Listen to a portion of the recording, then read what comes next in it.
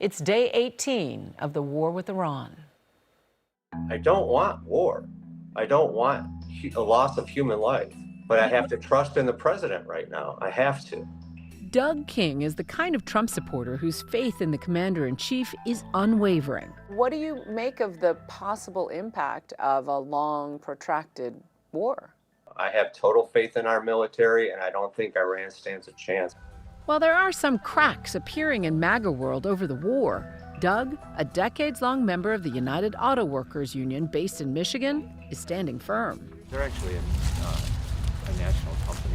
I first met Doug just before the 2024 election. He'd voted both for Obama and Trump in the past. How do you feel like you've been in the last 4 years? I haven't been as well as I was 4 years ago. I'm actually worried about losing my job again. And the price of groceries are high, the price of cars are high. Just after Trump's re-election, he told us he felt hopeful.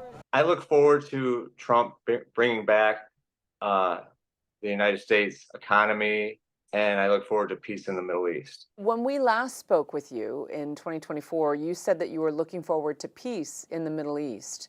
What do you say now? I still am looking forward to peace in the Middle East. I think at some point you have to deal with Iran.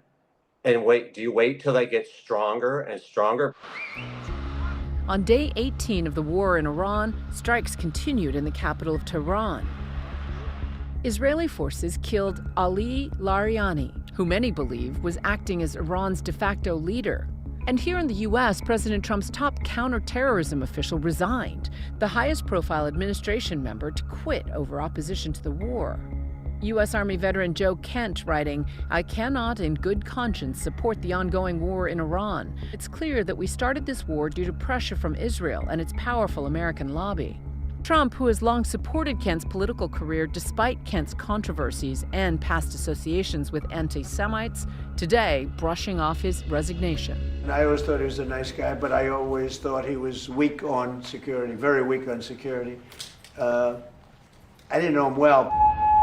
So far, 13 American service members have been killed and at least 200 wounded.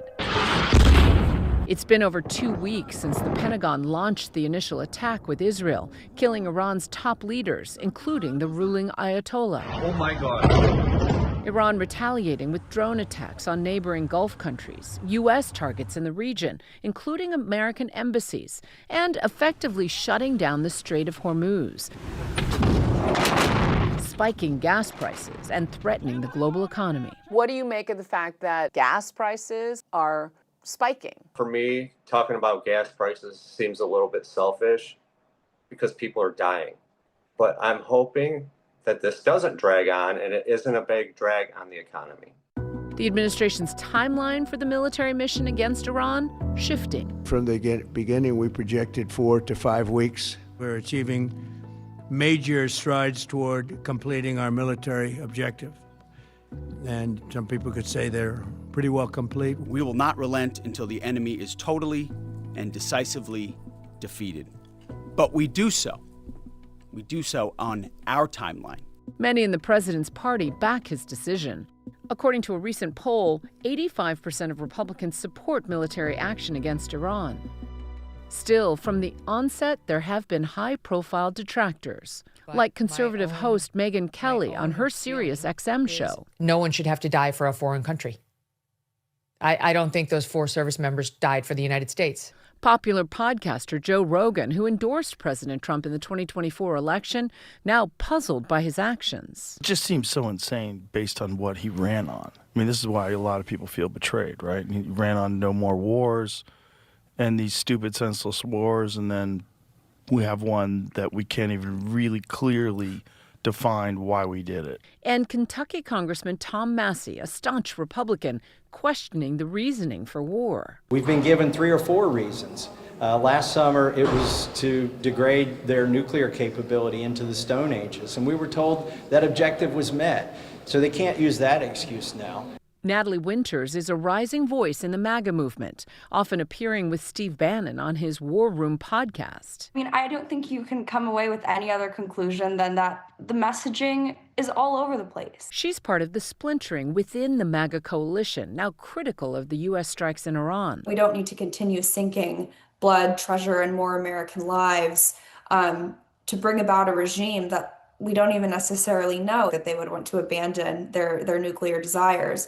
My point is, it's okay to speak out against issues that are, I think, pretty antithetical to what the America First movement is about. Winters says since voicing her opinions, she's been surprised by online backlash from other MAGA supporters. Certainly never been called a Trump traitor before. I'm as MAGA as it gets. I hosted War Room when Steve Bannon went to prison. So it's interesting to see the people turn rather quickly. Just because President Trump says something doesn't make it right. If we had just done nothing, I can't imagine what would have happened. How many more citizens they would kill, or how close they could be to having a nuclear weapon.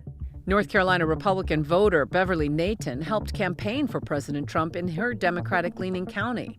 In her view, the war in Iran aligns with his America First doctrine. Promise to keep us safe, promise to keep us economically wealthy. I believe that eliminating a fear and a threat does make America First policy.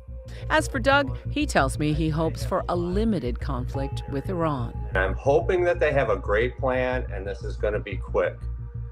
I don't want to see this drag on for a long period of time.